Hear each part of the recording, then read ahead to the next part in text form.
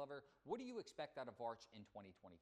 Well, I think Arch has had high expectations since before even going to Texas. Of course, when he committed, that was when maybe the stakes were a little higher for him. But I think it worked out in his case, not because of how prominent Texas is as a university and as a program, but the fact that they got the first taste of the SEC. And obviously, we saw how successful they was in that first season as well. And I mean, you talked about it in the package earlier, a guy who got 2 starts.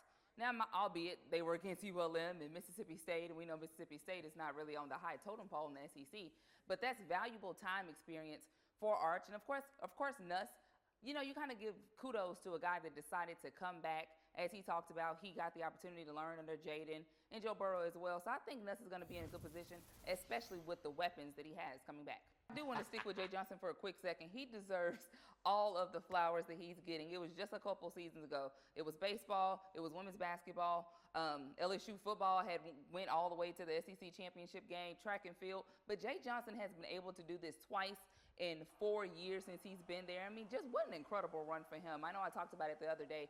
Skip Bertman had won 5 in 18 years, but Jay Johnson 2 in 4 when people even struggle, getting to the tournament alone. So just all the kudos to him. I have to agree with the guys on this one. I like where the Pels have gone with this. I mean, I want to stick with Joe for a second because, one, he's hip, right? I like what he said about Fears with that I'm him mentality. I guess the first person I think of is somebody like Anthony Edwards. Like, yeah, some people might call it cocky, but he's a baller, and that really just goes without saying.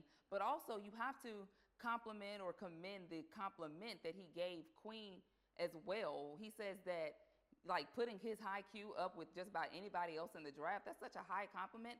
And for a guy like him, 6'10", he can play the center, he can play the forward.